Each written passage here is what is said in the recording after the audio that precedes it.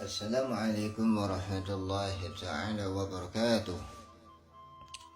Kisah dan hikmah hikayat Ibrahim bin Adham. Dina hiji waktu Ibrahim bin Adham angkat di ibu Mina bade morok di lubung.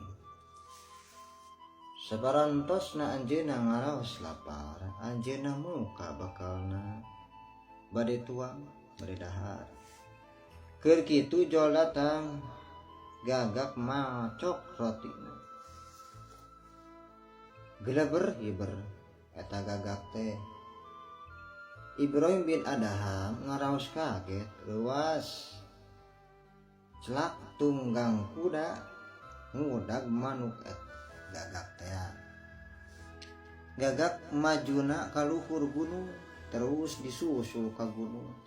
Geus tepi ka gunung gagakna eta aya teu aya maksudna katingali teu katingali deui tika jauhan enggal deui ku anjeunna disusul sanggeus gagakna kasusul berhibur deui eta manuk teh.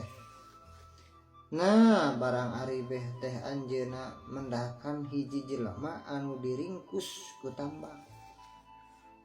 Ku anjeunna tambangna diudar terus dipariksa.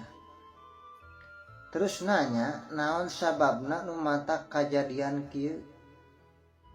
Ari jawabna eta jalma, abdi teh aya nu ngabegal.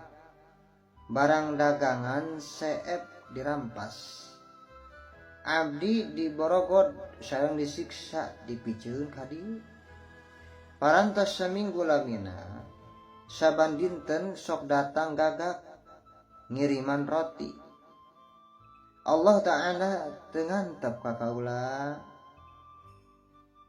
sena beuteung lapar ku anjeunna dicandak ka lemburna terumpak kuda. Ti harita Ibrahim bin Adham ieu ngajalankeun tobat jeung menghadap ibadah dosa leresna ka Allah Ta'ala. Panganggo nu sarae diporosotkeun digentos ku pakaian anu naon barutut nu kalasar.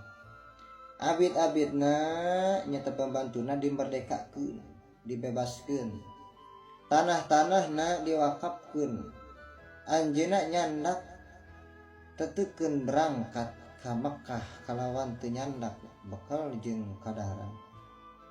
Tawakal ka Allah bae. Tapi anjeunna teu ngalaman lapar, anjeunna muji sareng syukuran ka Gusti Allah. Anjeunna nganyatakeun makna ayat wa may yatawakkal 'alallahi fa huwa hasbuh innallaha balighu amrihi qad ja'alallahu likulli syai'in qadara.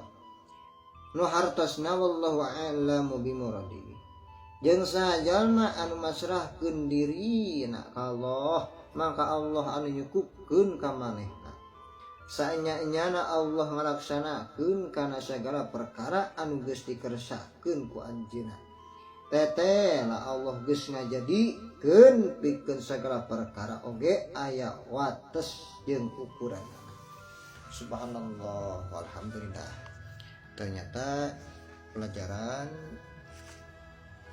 yang sangat berharga sekali bahwasanya tawakal tu Allah itu luar biasa faedahnya. Bukan berarti kita tawakal akan tetapi tidak punya, akan tetapi kita berpasrah kepada yang maha kaya, yang maha kuasa, yang maha dimaha.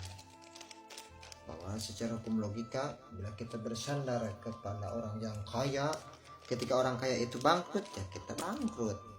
Ketika kita bersandar kepada bos, mungkin dia mampu menggaji ketika dia bangkrut, maka jangankan menggaji kita, menghidupkan dirinya sendiri pun susah. Maka berserah dirilah kepada Allah.